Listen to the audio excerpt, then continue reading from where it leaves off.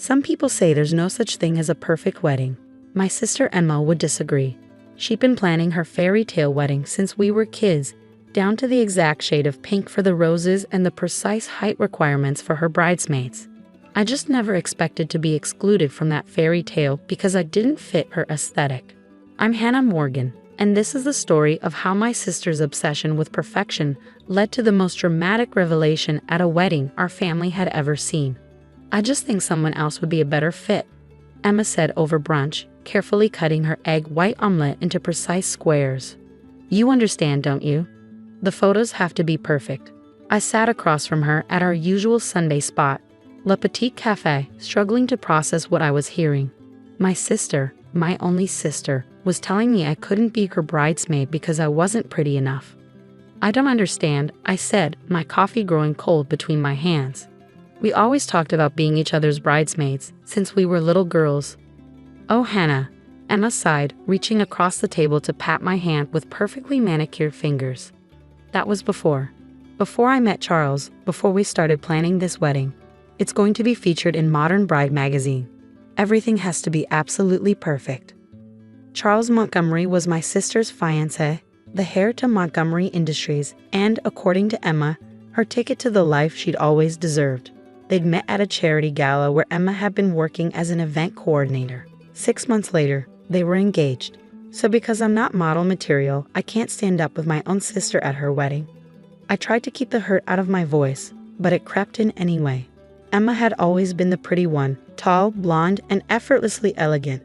I took after our father's side. Average height, brown hair, practical. Not ugly by any means, but not the kind of beauty that turned heads. Growing up, I learned to focus on other things, my studies, my career as an accountant, my volunteer work at the local animal shelter. Don't be dramatic, Emma rolled her eyes. You can still come to the wedding, obviously, just not as part of the bridal party. I've already asked Sophia, Madison, and Victoria to be my bridesmaids. They're all the perfect height, they'll look amazing in the dresses, and they understand the importance of presentation. Her 3 closest friends from the country club. Of course. Does Mom know about this? I asked, though I already knew the answer. Our mother had always backed Emma's decisions, no matter how outrageous. Mom agrees it's for the best, Emma said primly. She wants the wedding to be perfect too. The Montgomerys are practically American royalty, Hannah. We can't have anything less than excellence. I stood up, my chair scraping against the floor. Several heads turned our way, but for once, I didn't care about making a scene. You know what, Emma? You're right. Your wedding should be perfect. So perfect that you won't even notice I'm not there at all. Hannah, don't be childish, Emma called after me as I walked away. This is exactly why you can't be in the bridal party. You're so emotional. I spent the next week throwing myself into work, trying to ignore the constant stream of wedding updates from my mother. Emma had chosen the flowers, white peonies and pink roses imported from Holland. The bridesmaids' dresses were being custom made by a designer I couldn't pronounce. The guest list had topped 500 people. I just don't understand why you're being so difficult about this, Mom said during one of her daily calls. Emma's doing what's best for her special day. You could at least help with the planning. Best for her special day? I laughed bitterly. Mom, she told me I'm too plain to be in her wedding. How am I supposed to help plan something I'm not even good enough to be part of? Oh, sweetheart, Mom sighed. You know how Emma is. She's always been particular about appearances. And with Charles's family being who they are, right? I cut her off. The almighty Montgomerys. Has anyone actually met them? Besides Charles, I mean. There was a pause on the other end of the line. Well, no. They're very private people. But they're coming to the engagement party next weekend. Emma says it's very important that everything goes smoothly. The engagement party. I'd almost forgotten. 500 of the couple's closest friends gathering at the Montgomery estate to celebrate. Emma had been talking about it for weeks, going on about the ice sculptures and champagne fountain. I don't think I'll be attending, I said firmly. Hannah Rose Morgan. Mom's voice rose an octave. You absolutely must be there. What will people think if Emma's own sister doesn't show up? They'll probably think I'm too plain to be seen in public, I muttered, but Mom wasn't listening. I'm sending you a gift card to Nordstrom, she continued. Get yourself something appropriate to wear. Something slimming. And maybe get your hair done. Emma mentioned a wonderful stylist who might be able to help with your situation. I hung up before she could finish critiquing my appearance. The next day at work, I was buried in spreadsheets when my office phone rang. It was Patricia from the legal department. Hannah, could you come down here for a moment? We need your eyes on something. I welcomed the distraction. Numbers had always been my refuge. They didn't care what you looked like, only that you understood their language. Patricia was waiting for me with a stack of documents. We're doing an audit of recent contracts, and something's not adding up in these prenuptial agreement drafts. Given your experience with financial forensics, I froze. Did you say prenuptial agreement drafts? Yes, for the Montgomery Morgan wedding. Charles's family insisted on having multiple firms review it. Standard procedure for estates of their size. My hands trembled slightly as I took the documents. I knew I shouldn't look. This was private between Emma and Charles. But something about Patricia's concern.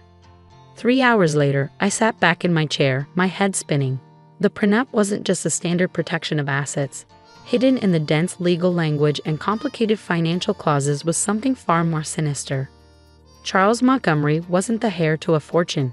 He was the face of a crumbling empire. Montgomery Industries was on the verge of bankruptcy, desperately seeking an influx of cash. And Emma, my perfect, beautiful sister, she wasn't just marrying into money, she was bringing it. Our grandfather had left us both substantial trust funds when he died. Mine was modest. I'd used most of it for college and a down payment on my condo, but Emma had never touched hers, letting it grow over the years. According to the prenup, the moment she married Charles, her entire trust fund would be invested in Montgomery Industries. She had to know. Emma was many things, but she wasn't stupid about money, which meant my phone buzzed with a text from Emma. Don't forget about the engagement party tomorrow night. Wear something dark. You'll blend into the background better. I looked at the stack of documents in front of me, then back at the text. After a moment, I began to make copies. The engagement party would be perfect, all right, just not in the way Emma had planned. Part 2. The Montgomery estate was exactly as pretentious as I'd imagined. A sprawling mansion with manicured gardens and a fountain that probably cost more than my annual salary. I parked my sensible Honda between sleek luxury cars, clutching my bag containing the prenup documents like a shield. I'd spent hours debating how to handle this. Part of me wanted to confront Emma privately, give her a chance to explain. But I knew my sister. She'd find a way to spin it, to make me look like the bad guy, just like she always had. I'd chosen my outfit carefully, not the dark, forgettable dress Emma had suggested, but a deep emerald green that brought out my eyes. My plain brown hair was styled in elegant waves, and for once I'd taken time with my makeup. I might not be bridesmaid material, but I wasn't going to slink into the background either.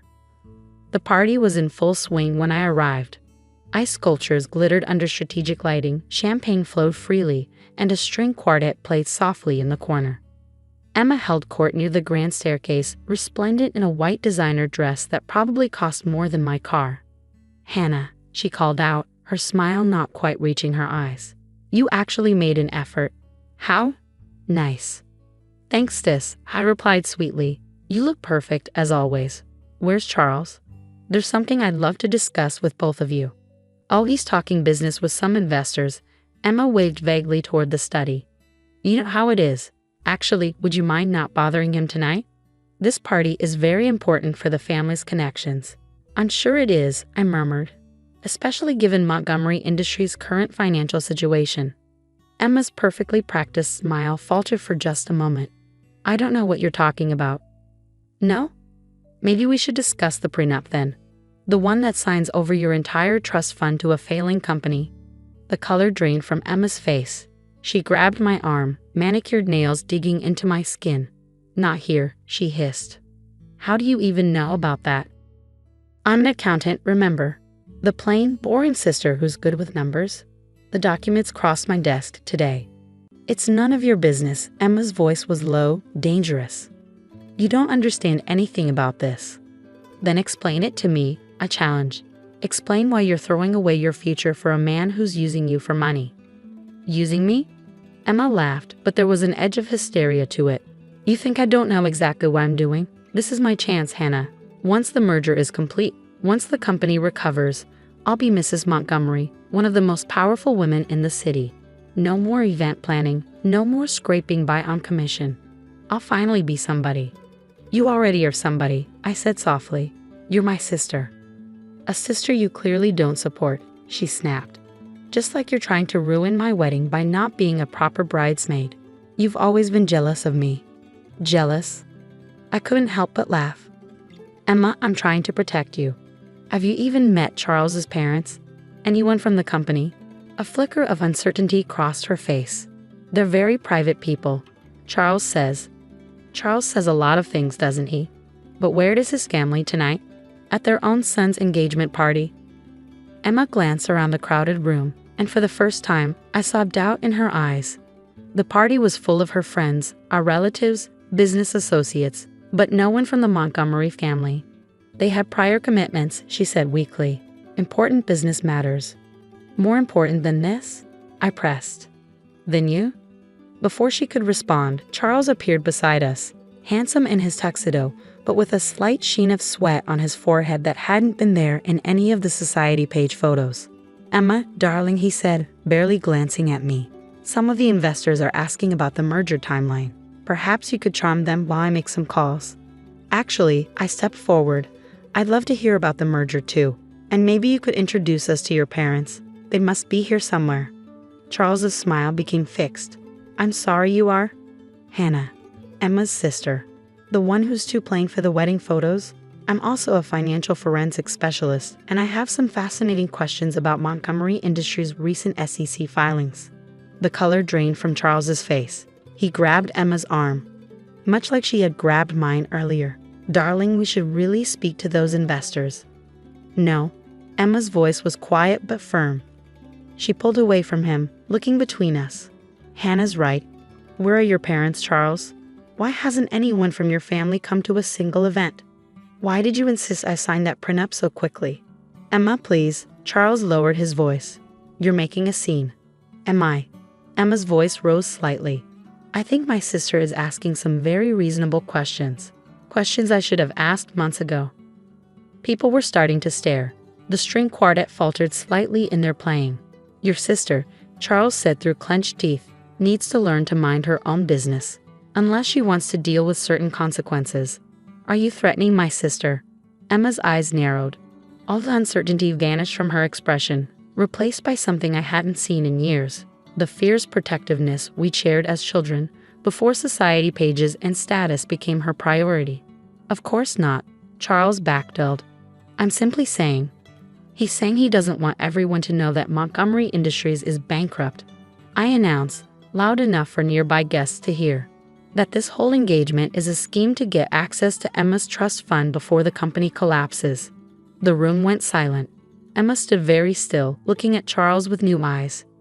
Is it true? She whispered. Charles' handsome face twisted into something ugly. You gold-digging little.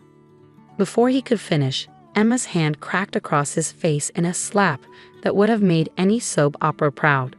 How dare you, she said, her voice shaking. I loved you. I trusted you. I was ready to give you everything. Emma, please. Charles reached for her, but she stepped back. No, Hannah, do you have proof? Wordlessly, I pulled the documents from my bag. Emma took them with trembling hands, her eyes scanning the pages. The company's been failing for years, I explained gently. Charles's father was forced out 6 months ago after an SEC investigation. They needed fresh capital and your trust fund was their last hope. Emma finished. She looked up at Charles, tears in her eyes. There is no fairy tale wedding, is there? No perfect future. It was all a lie. Not all of it, Charles pleaded. Emma, I do care for you. We can still make this work. Security, Emma called out clearly. Please escort Mr. Montgomery and his associates out. The engagement is off. The next hour was chaos. Charles was removed from the premises, still protesting. Guests whispered and pointed. Photos appeared on social media. By midnight, the Montgomery scandal was trending locally. Emma and I sat in the garden long after most guests had left, sharing a bottle of champagne from the abandoned fountain. I've been horrible to you, Emma said finally, staring into her glass. All those things I said about your looks, about the wedding. I was so caught up in this perfect image, this idea of who I had to be. Hey, I nudged her shoulder. You're my sister. I'll always have your back, even when you're being a bridezilla. She laughed weakly. Thought I wasn't I. The worst part is, I knew something wasn't right, but I wanted so badly to believe in the fairy tale. Sometimes fairy tales are overrated, I said. Sometimes the best stories are the real ones, imperfections and all. Emma was quiet for a moment. Thank you, she said finally, for being brave enough to tell me the truth, for not giving up on me even when I was awful to you. That's what sisters are for. The scandal made headlines for weeks. Montgomery Industries' collapse became a cautionary tale in financial circles. Charles and several executives faced federal charges for fraud. Emma took some time to travel to rediscover who she was without the pressure of society expectations. When she returned, she started her own event planning company, specializing in small, intimate weddings that focus on love rather than spectacle. Last month, she got engaged again to a kind, unassuming architect who looks at her like she's the most beautiful woman in the world, even when she's in sweatpants with no makeup. Will you be my maid of honor? She asked me over brunch at Le Petit Café. I know I don't deserve it after last time, but... Of course, I cut her off. But only if you promise no height requirements or aesthetic restrictions. She laughed, reaching across the table to squeeze my hand. The only requirement is that my sister stands beside me. That's what makes it perfect. Sometimes the best endings aren't the fairy tales we dream of, but the real stories we live. Messy, imperfect, and all the more beautiful for their flaws. Emma and I learned that the hard way, but we learned it together. And in the end, that's worth more than any perfect wedding could ever be.